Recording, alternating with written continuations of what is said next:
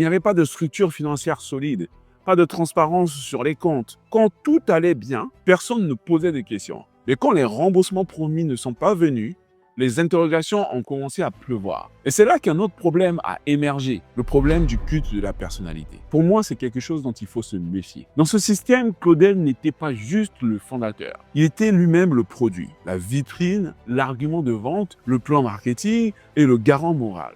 Tout reposait sur l'image de Claudel, sur sa figure. Et quand cette figure a commencé à vaciller, c'est tout le château de cartes qui a commencé à s'effondrer tout seul. Les premières plaintes tombent, les comptes sont bloqués, les locaux sont mis sous scellé, des vidéos d'explications apparaissent et Claudel vient, face caméra, il commence à changer de discours. Il ne parle plus de réussite, mais de combat. Il ne parle plus de remboursement, mais de conversion en action. Il ne promet plus, il commence à justifier. Et pire, il accuse ses propres investisseurs.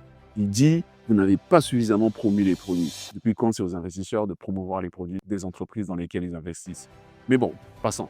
Voilà ce qu'il dira à ceux qui avaient investi leur argent, leur énergie, leur confiance. Mais au fond, ce qu'on observe ici, ce n'est pas juste une chute individuelle. Pour moi, c'est le crash d'un système qui a été bâti sur des fondations instables. Un système porté par la valeur perçue et le storytelling, mais pas porté par des résultats économiques durables. Et c'est là que se trouve la vraie leçon.